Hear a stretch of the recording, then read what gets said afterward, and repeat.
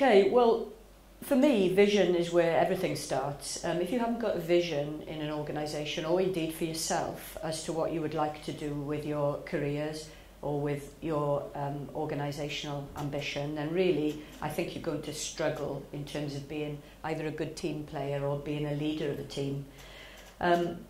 Energy and enthusiasm fills in for a lot of gaps, believe me. I think if you can show a real passion for what you do and a real energy around it, you may not know everything about the field. I certainly didn't when I came into Sport Wales. I don't now, actually. You know, I work with the experts in sport. I don't know it. But if you show real enthusiasm and energy to learn off people and to listen to them and to try and help them in whatever way you can, then I think you won't go far wrong. But you do need a vision, and I think that vision needs clarity.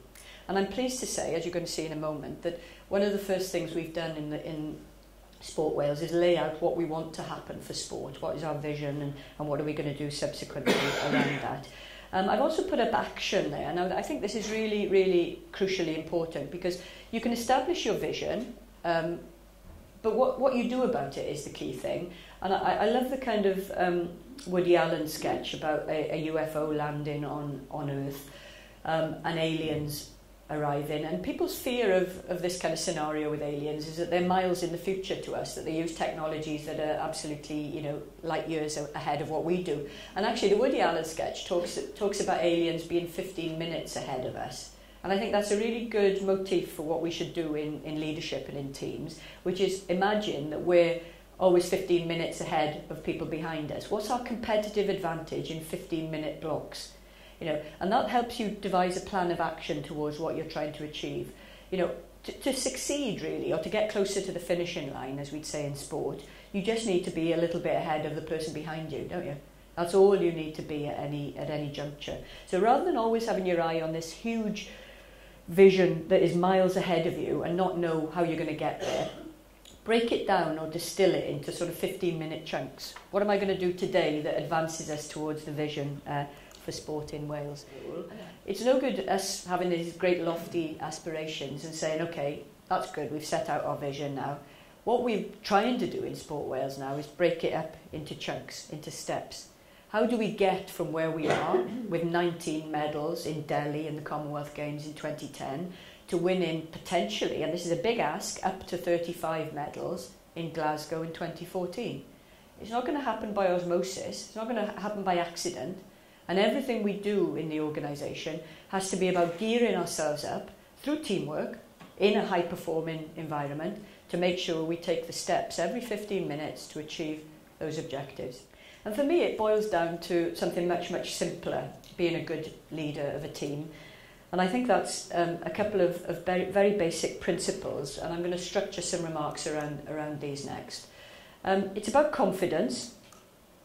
It's about calmness. You don't often hear that word attached to leadership, but for me it's probably one of the most important things you can show as a leader. It's about consistency, and it's about compassion. Those are the cornerstones for me of being an effective leader. And I'm going to talk a little bit about each of those in a moment, but just talking about teamwork for a second. Some of you will have heard these phrases used when we talk about teamwork in a performance environment. The idea of water walkers is a US theory term, and it's about those bright young things. I mean, they're not always young, but mainly they are young. Bright young things who are identified as being great charismatic leaders, and it's from the idea obviously of walking on water. And these people are the people who are identified very young, who go to Harvard or one of the top business schools and eventually become head of a great corporation in the US or leading academic or whatever. But the best thing I've heard said about this notion of water walkers is a CEO of a major corporation in the US who said the problem with the idea of water walkers is that it forgets that there are stones beneath the surface holding them up. And I think for me that kind of captures the reality of teamwork, because nobody does it on their own, and nobody walks on water. That's nonsense, you know. The reason anybody could be perceived as walking on water is because there's a whole set of people who are assisting that person below the surface. They may not be as visible, they're the rocks, so to speak, They may not be as visible, they may not be as well known, they may not be as prominent, they may not be as vocal. But without those people, there is no doubt that one individual could not achieve anything. Now I like this quote by another great management theorist from Harvard, Rosabeth Kanter. Confidence is a sweet spot between arrogance and despair. I think that's a really good quote, because nobody is inherently and always confident. I'm not, and I'm sure you're not. We're all nervous, we all get agitated, we all feel stress, we all feel pressure at different times. And really, I think it's about finding that kind of perfect place in which to operate professionally. And sometimes it's just about, you know, as athletes do, almost blanking out everything else that's going on in our lives, because, you know, nobody throughout their careers has this kind of environment of complete calm. So I think, again, going back to my point about how you become confident, it's about finding the things that work for you.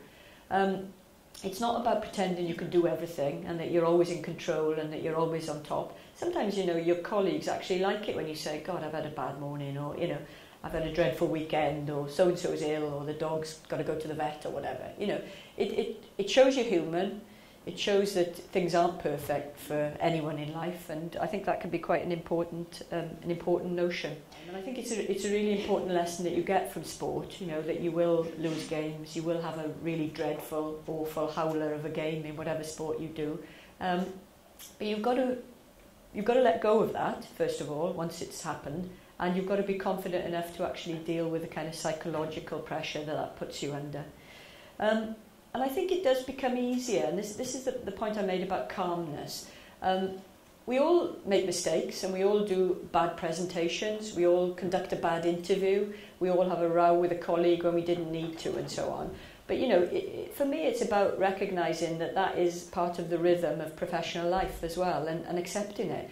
And I think sometimes we beat ourselves up too much. You know, we think that's made us a worse professional or a poorer leader. But everybody in every sphere of life does that. And I think it's about kind of humanising those people that we revere too much. You know, nobody's a natural. We've all got some natural talent. Everybody has got some natural talent. But you work hard to get good, and then you work harder to get better. That's it in a nutshell. As Gary Player, the golfer, said, isn't it? The more I practice, the luckier I get. But I think, you know, there's truth in that, really. Nobody stands up on stage and makes a wonderful presentation if they haven't learned from the mistakes they made in the last presentation. So, you know, it's about constantly thinking we're on a learning curve here, all of us. Whatever stage of our careers we're at, wherever we are, we're on a learning curve. And if we give up on that, if we think we're there, then it's a recipe for disaster, quite frankly. And I've seen lots of good leaders fall by the wayside because they think they're there. Be on your toes, as you are in sport always. Be on your toes, waiting for something to happen. Waiting for your next bad game is a good way of describing it. Okay? The most vulnerable you ever are in sport is when you've just had a good game. So just to finish, I think, win, go back to work and win again is the principle, really. It's not easy, and nothing I've said is easy, and I don't find it easy myself. You know, I'm not going to stand here and say being an okay leader is a simple phenomenon. It's not. But it's up to all of us to make sure that we put the building blocks in place around those kind of 4 C's that I talked about that will allow us really to get success, not only for ourselves, because that's the least important part, but most importantly of all, for our organisation and where our organisation sits within Wales. Because, you know, Wales is it's got such enormous potential, Wales as a small nation.